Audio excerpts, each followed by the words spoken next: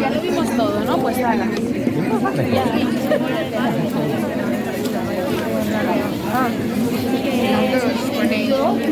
Ella dice que no, no se enfada, pero solo